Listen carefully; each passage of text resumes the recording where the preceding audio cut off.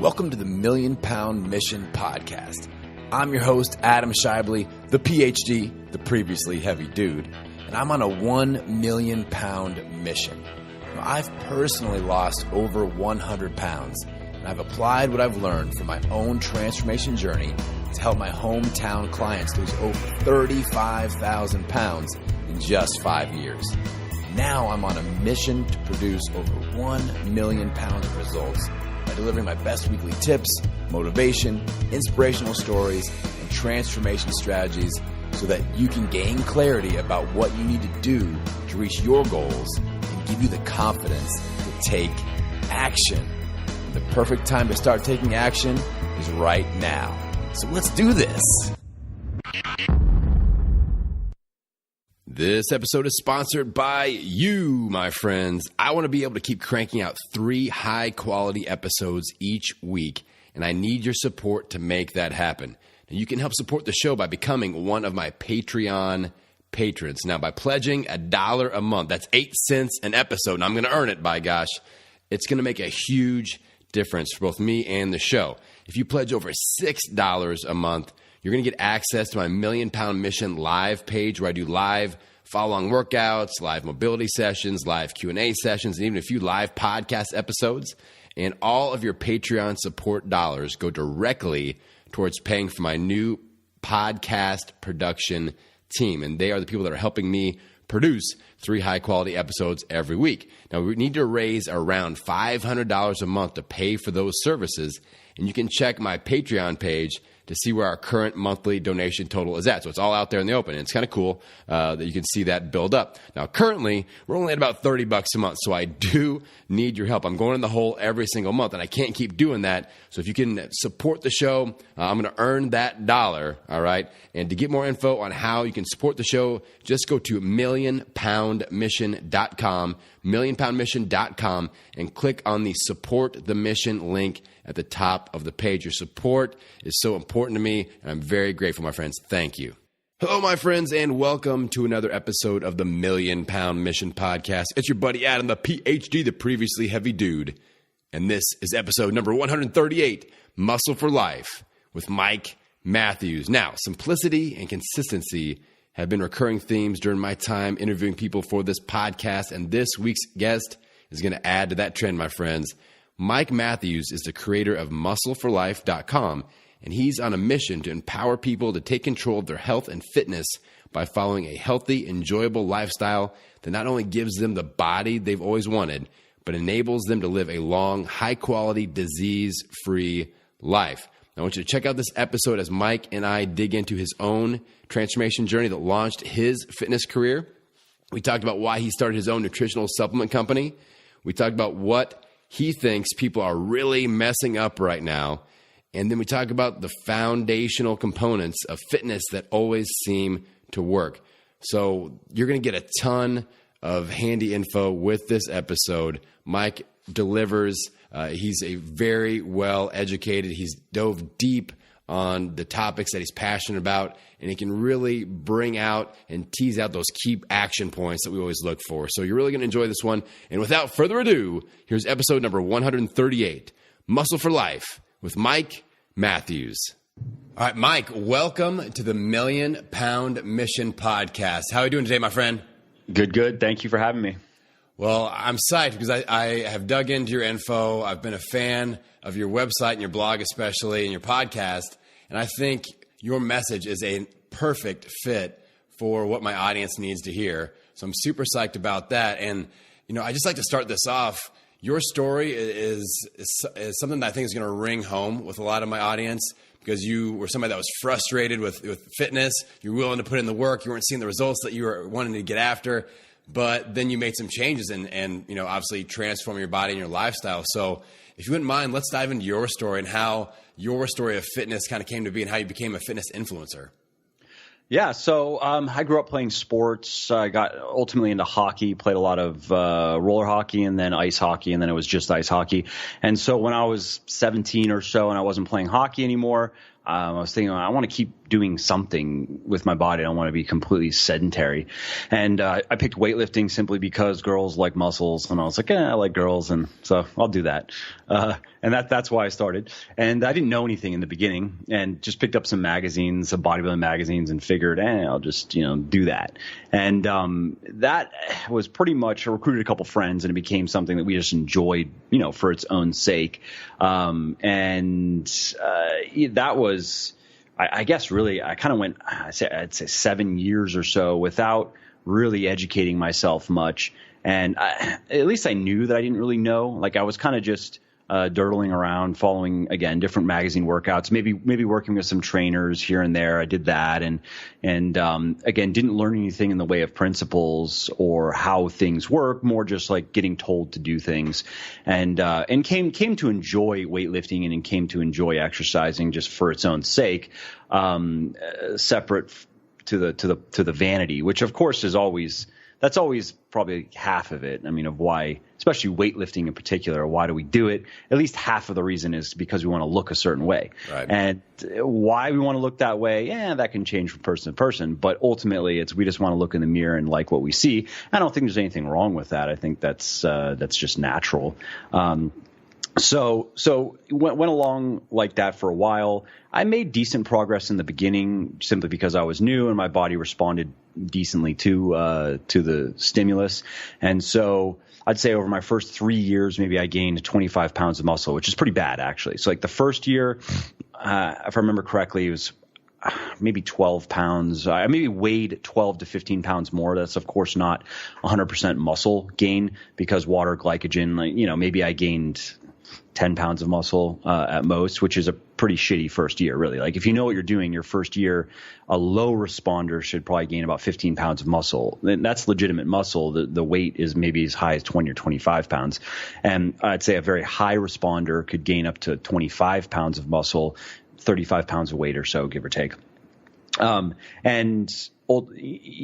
think the reason why I was I didn't do too well results wise in the beginning was probably not so much genetics. It was probably just I didn't know what I was doing. I did a lot of things wrong, and from there, not much changed for many years. A few of the body parts that I would give most of my efforts to, like my chest and my biceps, right. They grew very slowly. So, you could see a bit of a change in the size of my pecs and my biceps from like year 3 or 4 to like year 7. But the rest of my body, not so much. And my weight didn't change. I mean, it was slowly creeping up. But again, to put it in perspective, you should be able to go from, when I started, I was 155, 160 pounds. I'm 6'2", and I'd say I didn't look super scrawny necessarily because my weight has always been low. Even now, I've never weighed more than maybe 205 ever. And that's even at like the height of a bulk. And anybody that goes if you go on my Instagram and look at me now, or look at me even when I've gotten ready for photo shoots, like in my best possible shape where I'm very lean and I look decently big, I'm weighing 183 was probably the last time. I'm cutting right now, and I'm at 193 right now, and I'm pretty lean. I'd say I'm gonna go to like 190, and at 190 I have ab veins, and like I'm about as lean as you're gonna want to be naturally.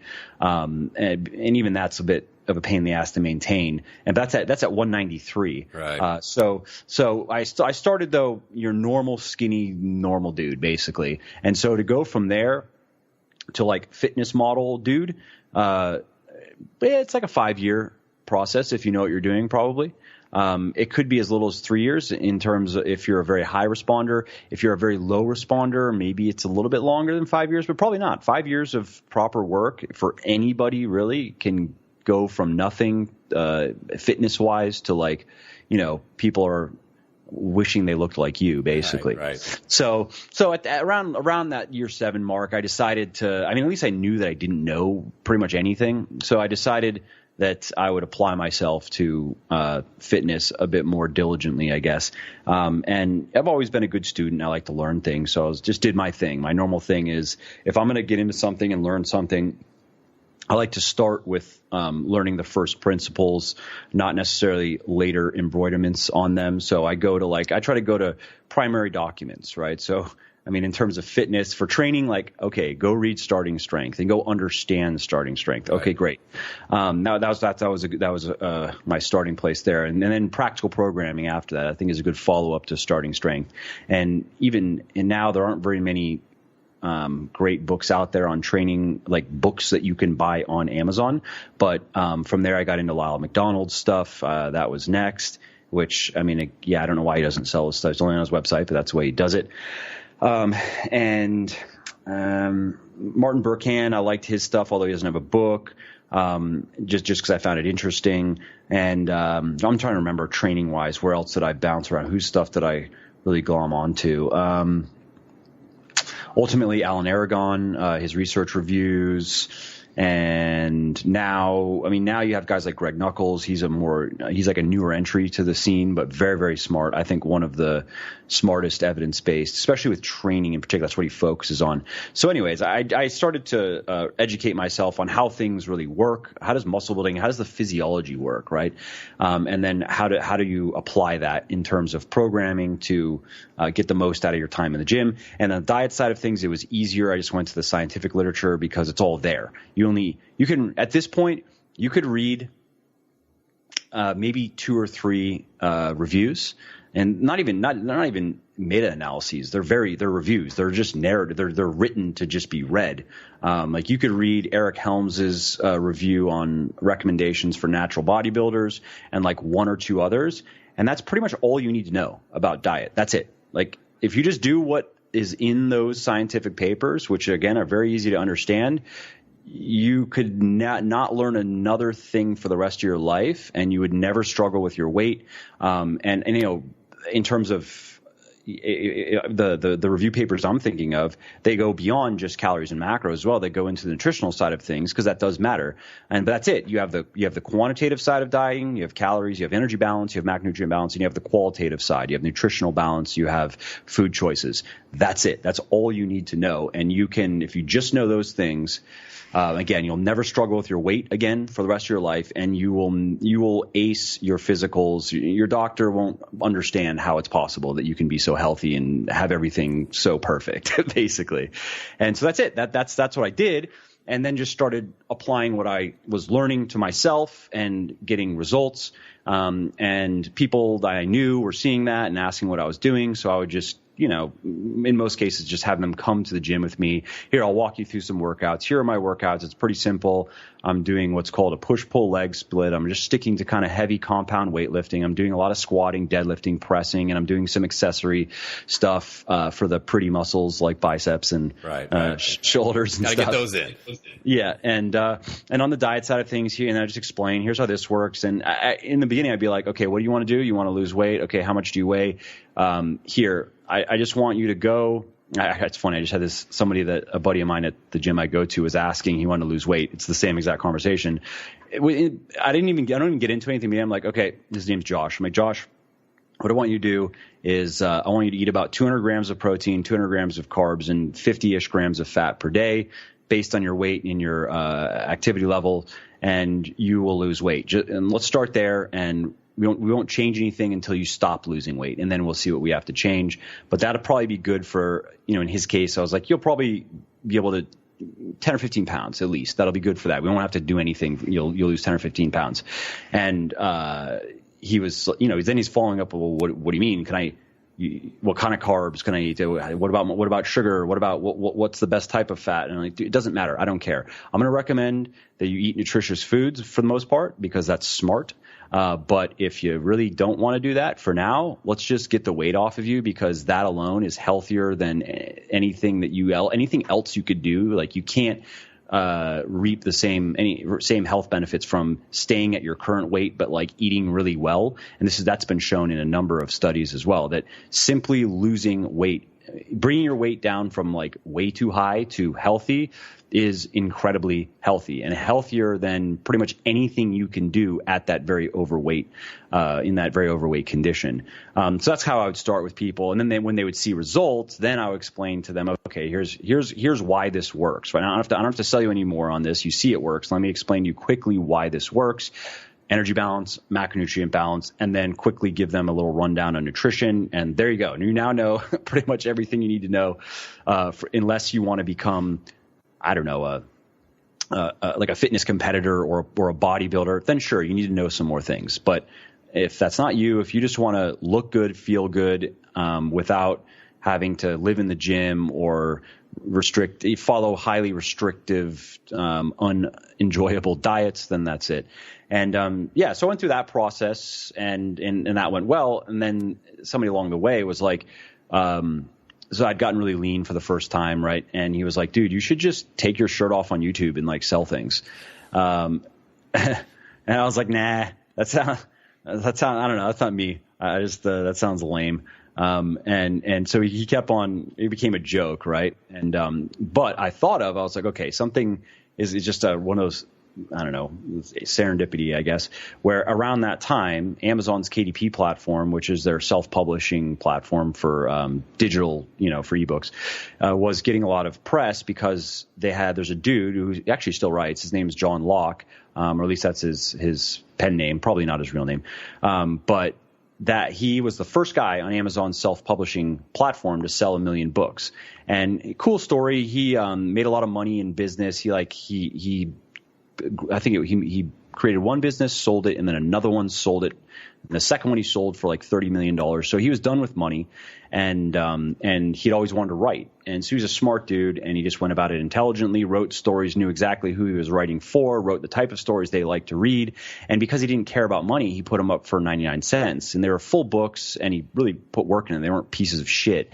And he was the first person to really do that, I guess, to make that a marketing strategy, and it exploded. And he sold so many books because they were actually good books, and they were especially for the people that like to read his types of stories, a lot of word of mouth. And then, of course, it was like the irresistible offer was, and it's 99 cents. Who gives a shit? It's $1. I mean, it's less than $1.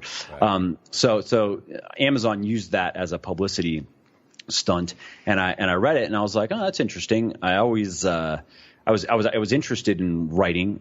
Like I said, I've always enjoyed reading and learning, and along the way, I'd kind of thought maybe I'd like to write. And my initial interest in writing was fiction, and I'm still interested in it. I'm just not willing to give it any time right now because I have too many other things that I want to get done on a tight deadline, essentially. But in the future, I probably will actually go back to my original interest, which was fiction. And so I thought, I'm gonna write a fitness book. And I'm gonna write a book. I'm just gonna make it simple, clean. I'm not gonna try to be Tim Ferriss about it and put a bunch of fake marketing bullshit and try to sell people on ridiculous, weird, exotic ideas.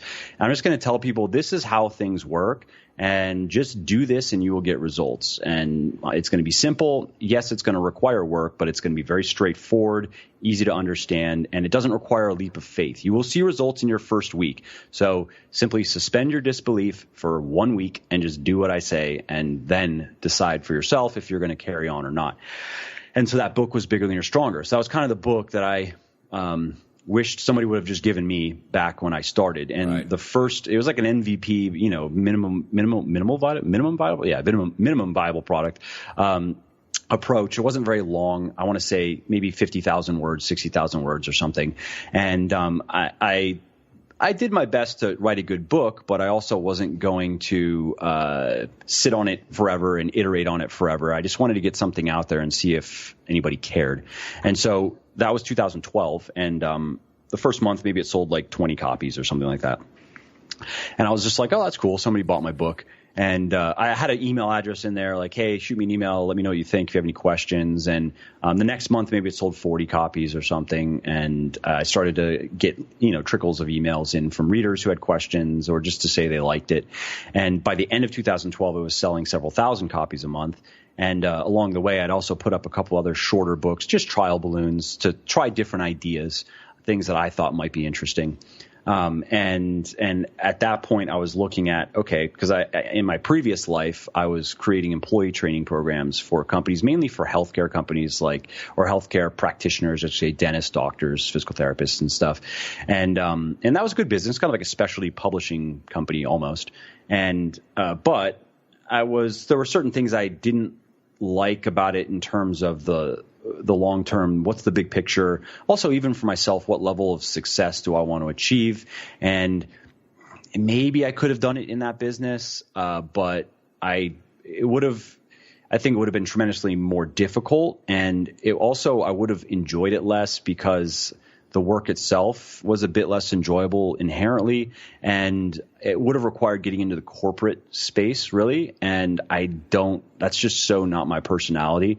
And I could do it, whatever. And, you can learn to be whatever you need to be to get to your goals, I guess.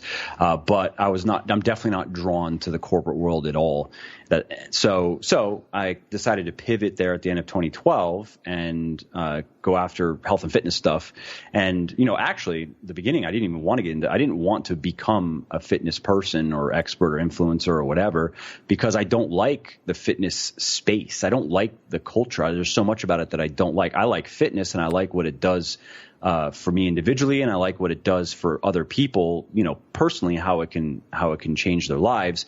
But that's about it. I mean, I think that on the whole, especially the fitness and especially the weightlifting body composition community, it just doesn't resonate with me at all. It's just way too much narcissism and neuroticism and egoism. And, so I was like, initially I didn't want to become a fitness person. I was thinking what I would do is I would take what I've learned about selling books and I would start a publishing company. And because there was an opportunity, there still is an opportunity to do particularly with internet marketing. That's where, some of the big traditional houses have kind of started catching on, but there are so many things that you can do to sell books with internet marketing in particular that they don't do, and I don't see them doing it anytime soon. They have distribution. If they do, these are like Titanic companies. They take forever to turn, and we're talking about this would be a big turn for them. So maybe one day they'll do a good job, but probably not. So I wanted to do that, and so I actually started moving in that direction. Recruited a friend of mine to work with me. Started putting put the company, just came up with the branding and the website, and we were getting going. And along the way, though, I was rethinking it and thinking, well, there are many things I like about the health and fitness game or what it could be, but I want to do it my way, basically. And that means that I'm not going to run around to conferences sucking up to a bunch of assholes that I don't like. And I'm not going to beg for guest posts and podcast appearances and shit. I'm not going to do any of that.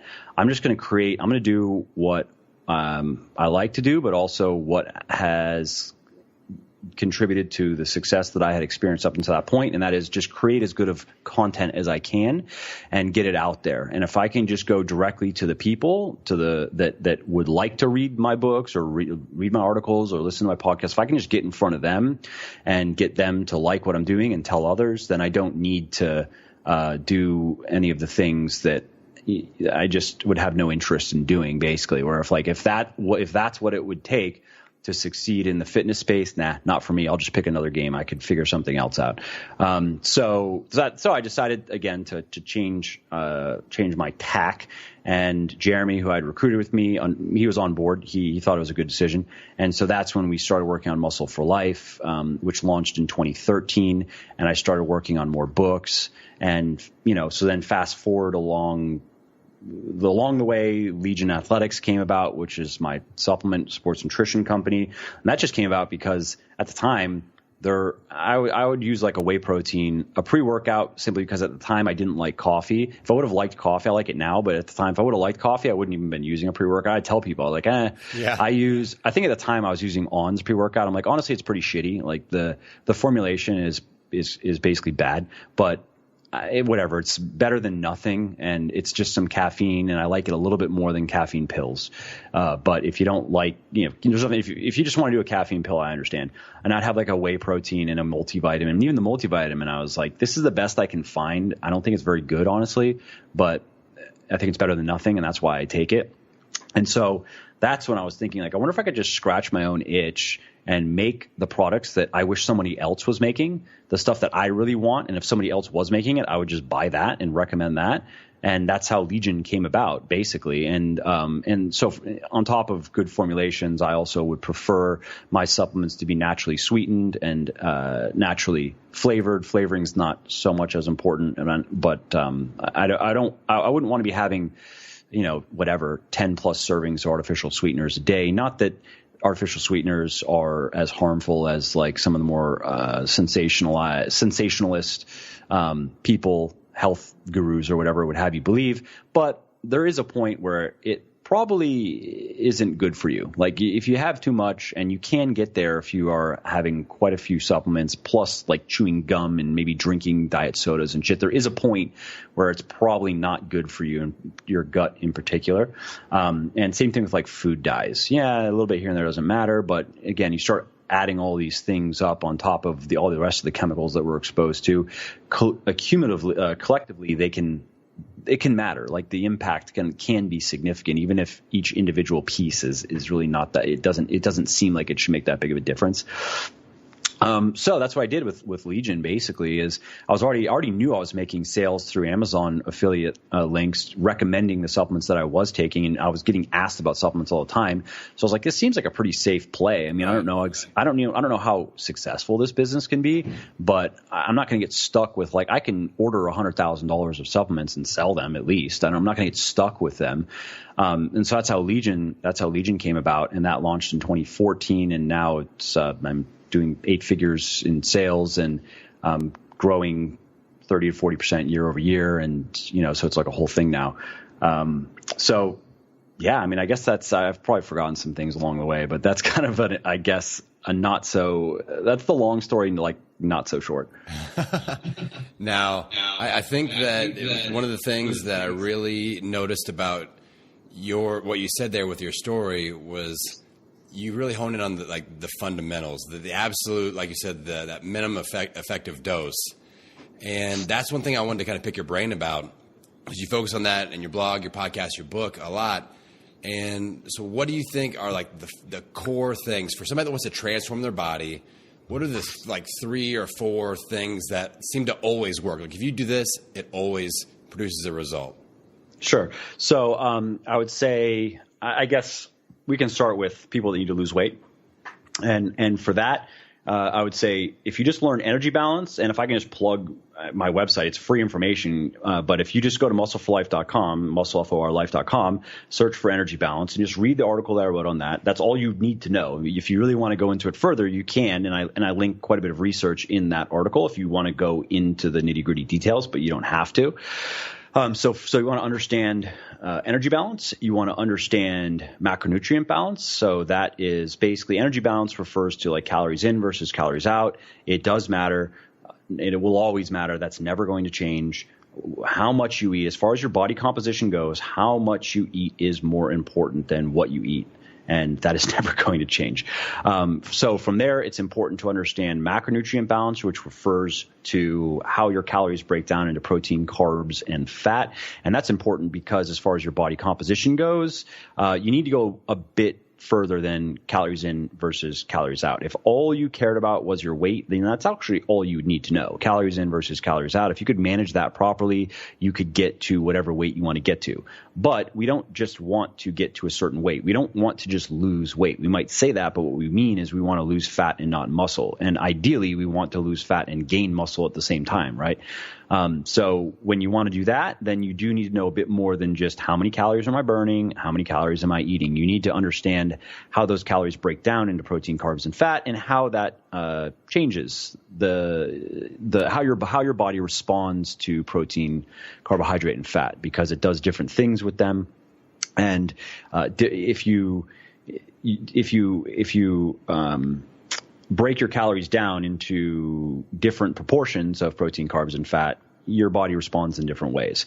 And to understand that, I mean, if you're already on Muscle for Life, you can just search for macronutrient and you'll find at least one, if not a couple, articles that, again, if you just read one of them, I don't remember I think I have one on there. If you just find the one that has a calculator in the title, it's like a macronutrient calculator. That article not only will explain everything you need to know about macronutrients, it also gives you a handy little calculator that's built in that will help you determine how many calories you should be eating and how those calories should be broken down in terms of protein, carbs, and fat. So on the dietary side of things, that's really it. If you start there, you will have, again, a very good starting place. You will see results, and yeah, you may need to adjust things. You may not. It depends on where you're at and where you want to be. Again, on the website, I have a good article if you search for not losing weight, and it explains some of the more common mistakes that people make when it comes to tracking or planning calories and macros that leads them to it can cause weight loss to stall,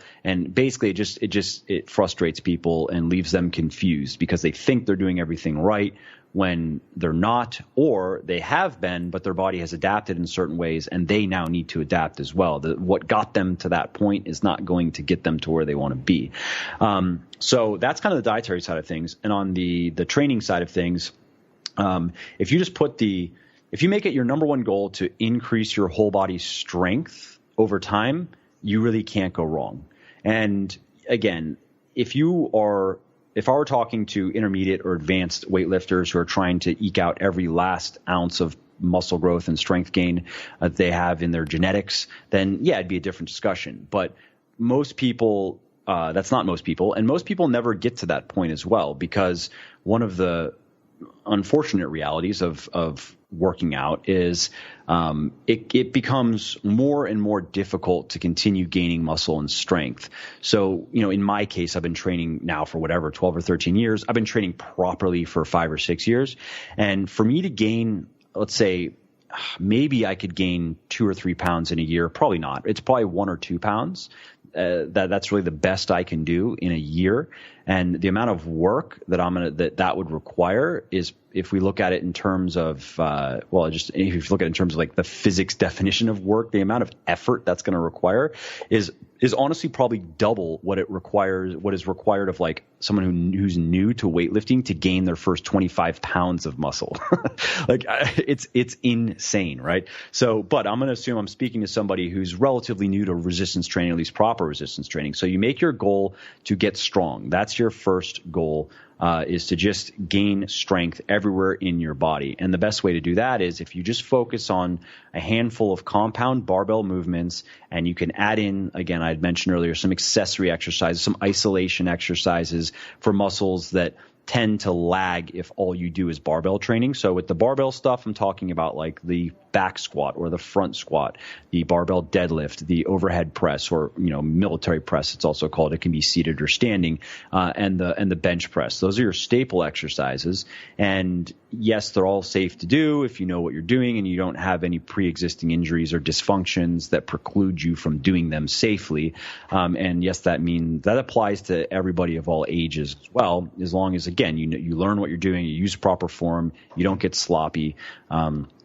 You can do those exercises safely, and they are going to produce the greatest amount of whole body muscle and strength gain for the time that you're going to put in them. And so if you want to see how this kind of plays out in terms of a routine, you can, again, Muscle for Life, just search for push-pull legs and check out the article I wrote on push-pull legs, read that, and you could start with 3 workouts a week, 45 to 60 minutes. And if you don't have that much time, you could even train once or twice per week. And I believe this article is on Muscle for Life. If you search for maintain, there's an article on maintaining muscle and strength. If it's not there, go to legionathletics.com and search for it there.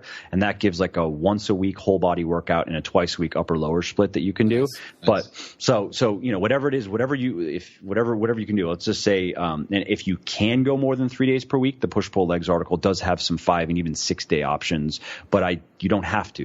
You could start with 3 days. You have a push workout working your push muscles, a pull workout working your pull, and then you have a legs working your lower body. And again, those workouts are, I wouldn't say they're not easy, but they're not nearly as difficult as a lot of the bodybuilding workouts that I used to do back in the day, where you're doing a ton of sets, and maybe you're in the gym an hour and a half, 2 hours, and you're not lifting as much heavy weight, and you're not doing exercises that are, a lot of the exercises are isolation, so they're not as difficult as a back squat, but you also are doing so much stuff, and you have short rest times, and you're supposed to be doing high reps, and everything's always hurting and burning, and they're just, those kind of workouts to me are not very enjoyable, whereas I find heavier, lower volume, it's still medium volume, but it's not very high volume workouts are for me a lot more enjoyable, and I've worked now with thousands of people, and I think that's the general consensus, and I've heard from a lot of people that were once doing the stuff that I was doing and then switched over to what I'm talking about now, and that was one of the biggest things. They're like, I look forward to my workouts now. I like them as opposed to something I have to force myself to do every day. So I would say that those are really the main things. Supplements, you don't have to supplement with anything if you don't want to. Supplements are supplementary by definition. None of them are vital. Although I would say if I can put an asterisk there, it's very smart, I think, to supplement with stuff like vitamin D, because pretty much nobody is out in the sun enough to get enough.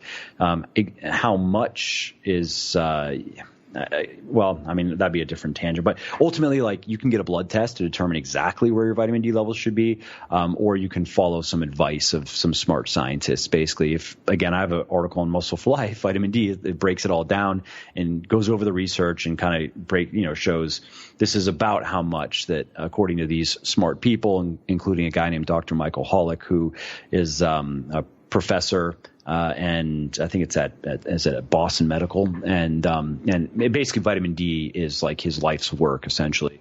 But vitamin D, an omega-3 supplement is smart, I think, for pretty much everybody. It could be krill oil, it could be fish oil.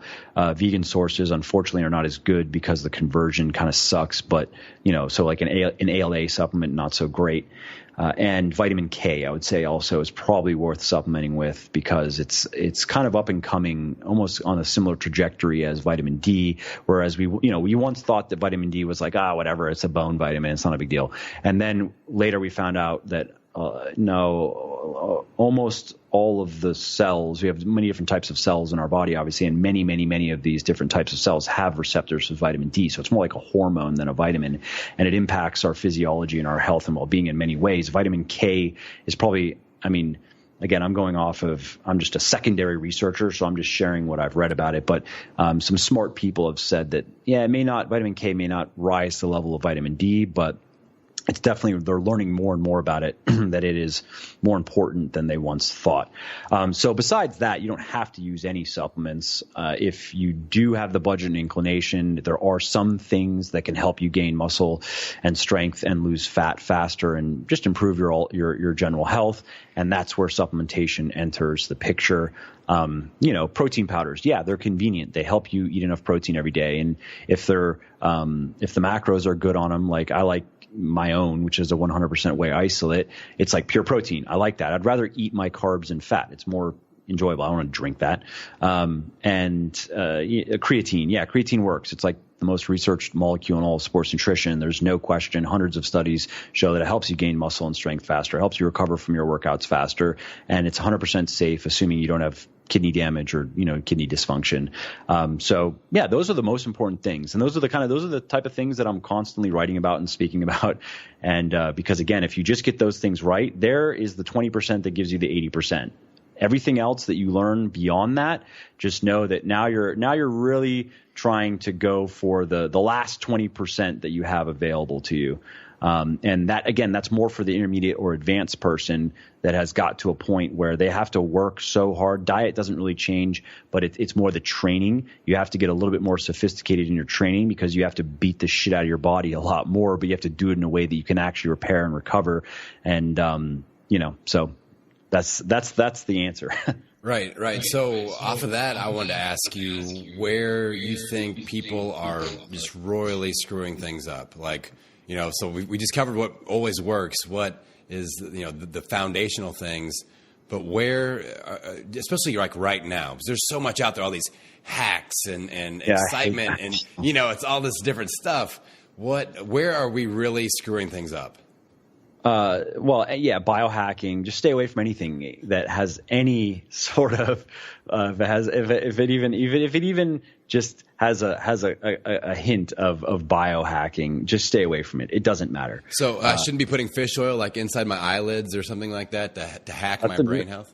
Would you learn that at the Bulletproof blog or? It's just the whole biohacking space is a joke to me, and so just know that you are in the realm of quackery, basically. And if you like that stuff, and I understand, like, as long as you know that whatever it is that you're reading about is probably nonsense, and if you just find it interesting, and if you have maybe found a source that seems semi-reliable, and just know, though, even in that case, it's probably not going to make any difference. But I do understand some people do really like nerding out on just, biology and chemistry and physiology and hypothesizing. Who knows? Maybe this, maybe that. And I understand that. But that's like, if we talk about, we've gone over the 20% that gives you the 80% of that remaining 20%, maybe there's like 1% you could gain from anything that smacks of biohacking, right? So I guess that would be something where people are, it's chasing the magic quick fix, the silver bullet. Also fad diets. I mean, there's always something. It was paleo for a while. That was real hot. Now keto has kind of leapfrogged it and ridden the wave, because paleo brought, it made high fat dieting trendy and cool, especially high saturated fat dieting trendy and cool, which is bad too, just for anybody listening. I've written about this. I don't have the paper titles off the top of my head. I can see the journal they were published in, but you can take my word for it, or you can find, if you're on Muscle for Life, search for dietary fat, and you can check out an article I wrote on how to determine how much dietary fat you should be eating and what types of dietary fat you should be eating and in what amounts. And the long story short is, it's simply not true that you can eat as much dietary fat as you want and your risk of cardiovascular disease will not go up, period. What is true, or what seems to be more true based on a current weight of the evidence, is that some people can do that and some people can't. That there are some genetic factors in play that if you really wanted to know, it's actually very easy. What you could do is, if you really are married to the idea of eating a ton of saturated fat, you could just go get your cholesterol levels tested, right? So if your cholesterol is high and if your LDL is high, that is a sign that you just probably can't do it. Now cut your saturated fat down to what prominent cardiology researchers and cardiologists recommend, which is no more than 10% of your daily calories. Do that, and then see what happens to your cholesterol and your LDL. It's going to go down. Now, if you are already eating a lot of saturated fat and your cholesterol and LDL are perfectly fine, then you may be one of these people that can eat a shitload of it and not have your risk of cardiovascular disease rise. But I think it's irresponsible to just blanket tell everybody, or even if you can point to certain studies that have demonstrated, hey, like you could look at it in individual trial and say, well, look at in this trial, you had these subjects, that you had this group that ate all this saturated fat and their cholesterol and LDL wasn't impacted by it. So therefore you can do that. No, that's not true. So anyways, paleo was a thing and now keto is the thing, right? And so what people need to understand is that that comes down to, again, food choices. Very, very unimportant as far as your body composition goes. If you don't understand energy balance, how you balance your macronutrients, because that's all keto is. You're just lowering your carbohydrates, to less than 50 grams a day. Even some people say you need to be even less than 30. It depends on how anal you're being about it. Are you testing your blood for ketones, blah, blah, blah, or what you can, if you're peeing on the thing. I've never even done it because I have no interest in it, but, I've researched quite a bit about it, and I've worked with a lot of people that have been doing it and not particularly liking it, and then going back to a more balanced diet and realizing that it was dumb and they'll never do it again. Some people do like it, and if you like it, that's the only reason to do it. But know that you can't get around energy balance. You can't eat more calories than you're burning and lose weight, regardless of how those calories break down into protein, carbs, and fat. So that's where, again, keto It works for some people because it naturally reduces their calorie intake, because now they can't eat all the carby stuff they normally like. And but that's the reason why they're losing weight. It's not because of some metabolic voodoo or magical powers of monounsaturated fat or something like that. Right. So that's another thing, is just kind of chasing after fad diets, and I would say probably exercise wise, too much emphasis on cardio and too little emphasis on resistance training is probably the biggest thing. And especially for people that are, I wouldn't even say middle-aged, because research shows that if you don't do anything to preserve your muscle, you actually start losing it in, I want to say your mid-20s is when the decline actually begins. And the amount of lean mass that you have is associated with all-cause mortality. So like the more muscle you have, the less likely you are to die from everything. And that's what research has shown again and again. So it's incredibly important to maintain a high level of lean mass and a high level of strength, not just for aesthetics, but for health as well. And that's again, there are positive and promising trends in the health and fitness world, where, for example, I do like that there's more emphasis being placed on eating nutritious foods, even though you have clean eating is almost like a cult for some people. But at least there's an awareness. People are becoming a bit more aware of what they're putting in their bodies and trying a bit harder to eat like relatively unprocessed nutritious foods. And barbell training, strength training is getting more popular, thanks at least in part to CrossFit. Even though I'm not a big fan of CrossFit, it definitely has done a lot to popularize strength training. So that's cool. But you focus too much on cardio. The problem is, yes, cardiovascular exercise is healthy. There's no question. It's good for you. But if you do too much, it can become not so good for you. And if you don't know what you're doing with your diet, it can accelerate muscle loss over time, especially. So let's say like most people, they have no idea what their calories are. These are not necessarily overweight people even, but even just everyday people. They don't eat enough protein and they have no idea where their calories are at. And a lot of people tend to eat a bit too much on the weekends, and they've learned that if they then like eat less during the week, they can kind of undo whatever happened on the weekends. They can maintain their weight. And so they spend a lot of time in a slight calorie deficit, meaning they're eating less calories than they're burning for like 4 or 5 days out of the week. And then they go in, then they eat quite a bit more than they're burning for a couple days.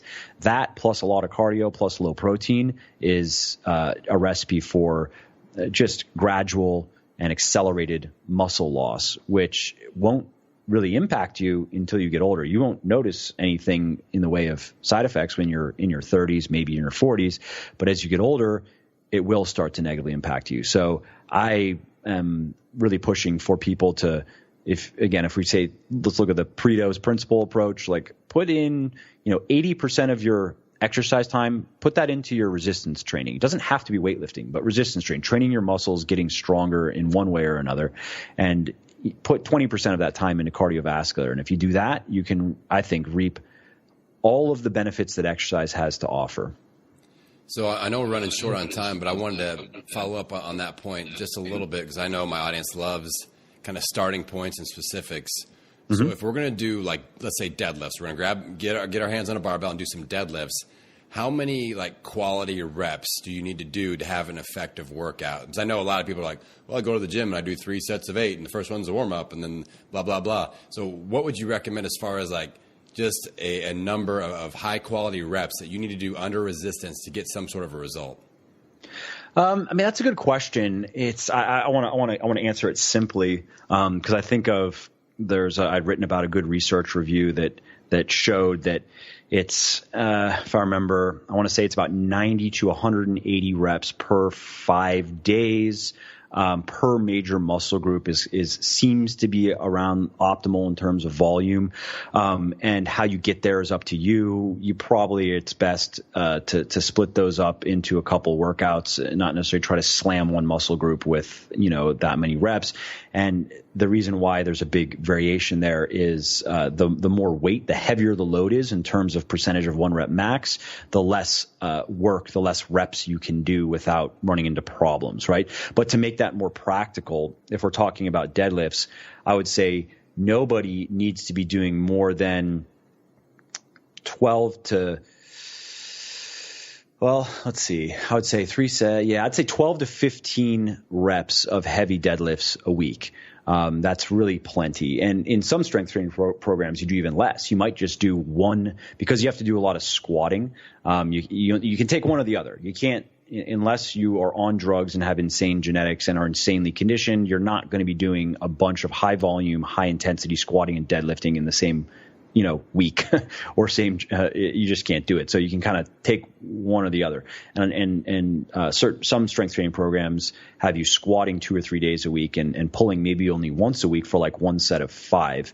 In my program for men, Bigger, Leaner, Stronger, you're squatting once a week, but you're doing 3 sets of pulling. And, so you have 2 lower body workouts. They're just separated by a few days. But specifically to the deadlift, I would say if you're doing 12 to 15 reps per week with about 75 to 80% of your 1 rep max. That's what you don't have to start there necessarily, but that's what I recommend, especially newer people, to work up to, which is more the strength. That's more on the strength end of the spectrum, right? Because that's, effectively speaking, that's like the 6 to 8 rep range or 4 to 6 rep range. And what that means, a lot of people don't understand, which I understand. If somebody says, hey, do 4 to 6 reps, okay, I could deadlift the bar for 4 to 6 reps, or I could try to put 400 pounds on it for 4 to 6 reps. Like, what do you mean? And what I mean by that is it's assuming that you're ending your sets about 1 to 2 reps shy of failure. So failure is the point where you can't go anymore. You have to abandon the set. And you get a sense of this when you work out. This is actually, they've done some studies on this, that new people to weightlifting learn very quickly, and they get good at estimating how many reps they have left in the tank with heavier weights. With lighter weights, when you get up to like the 8 to 10, 10 to 12 plus rep range, people tend to be very inaccurate actually with how many reps they still have left. But it's easier to gauge with heavier weights. So yes, if you started with lighter weights, and that's totally fine, just to get your form down, learn the deadlift and get comfortable with it, and then work your way up to about 80% of your 1 rep max, or about, let's say, the 4 to 6 rep range. And if you did 12 to 15 reps per week, you could do that in one workout. That's what I do. That's 3 sets of 5, right? Or 3 sets of 4, 3 sets of 6 at most, in one workout with some other accessory pull. That makes for a good pull workout, for example. That's perfect. That's very, we love actionable steps like that. And I want to encourage everybody that's listening. Like, Mike has given us a nice little appetizer for all his information. As you can see, he's well read, he's well researched, he understands what he's talking about, and his blog is off the charts good. Like, it is a valuable resource. So I know I want them to dive into that, your podcast. But where's the best? Is that the best place to connect with you? On the website, social media? Where can people find you? Yeah. Muscleforlife.com is like my central hub for all of my things. And that's where articles go up, obviously. I also have a blog over at Legion Athletics, which, I think it's equally good. I know a lot of people, Muscle for Life has been around longer, and Legion is a supplement company, and usually the blogs of supplement companies are trash. So a lot of people, they discount it. You know what I mean? Like, oh yeah, blog, everybody has a blog. But it's really quite good. And I have a few other people that write with me as well, under their own names, obviously. And they put up very good stuff. So, for anybody listening, that if you like anything that I'm saying, I think you will like both of those blogs. And as far as social media goes, honestly, I'm on Facebook, on Instagram. What's my handle on Instagram? Muscle for Life Fitness, I think. I don't spend very much time on social media. It's very transactional for me. Like, I don't even use it in my personal life. But if you reach out to me on social media, you will get a reply. It may not be for a week or so, because I'm really not on it much. So just throwing that out there. Yeah, and I'll get you guys connected to all the important links for Mike in our blog and in the show notes for this podcast. Now, Mike, I just want to take a second and thank you, because like you mentioned earlier, there's a lot of ego in our space, in the fitness space, and even in podcasting. And I just thought it was really cool that I shot you an email. I was like, hey, I really like your stuff. I think you'd be a great fit for my show. And you're like, sure, let's meet up and do it. Let's do a podcast. And I get so many no's, man. It's like, well, how many downloads do you have? And they all these like pre-qualifying questions of how are you famous enough for me to grace you with the presence of my voice, And I just appreciate the realness and that you're just a genuine person that's out there trying to help people. And I think that's why you're so successful. So I just want to say thank you for your time, man. Yeah, no, I appreciate that. Really. All right, everybody. So as always, I want you to be able to apply what we've talked about today. All right, it's important that you're out there taking action on what Mike's taught us. So within the next 24 hours, I want you to come up with one action step. Maybe it's just going to Mike's blog. Maybe it's listening to one of his podcasts. Maybe it's checking out one of his books and starting a program. All right, but take action instead of just sitting back and saying, wow, that was an interesting conversation. All right, so within the next 24 hours, get out there, take action on something that you learned today. And that, my friends, is how we get out there. That's how we own it every meal, every workout, every day. I will see you on the next episode. Hey, I've got one quick question before you take off, everybody. Are you ready to donate some weight loss to the Million Pound Mission? I thought so. So I've got a quick 2-step process to make that happen, my friends. First, just head on over to the millionpoundmission.com website, millionpoundmission.com, and grab a free copy of my #1 tool, the Transformation Battle Plan Workbook. Now, this will help you set up your battle plan for the next 28 days of your transformation process. Now, once you complete your 28 days, then come back to the website, millionpoundmission.com, and donate your weight loss and contribute to our Million Pound Mission. So let's do this.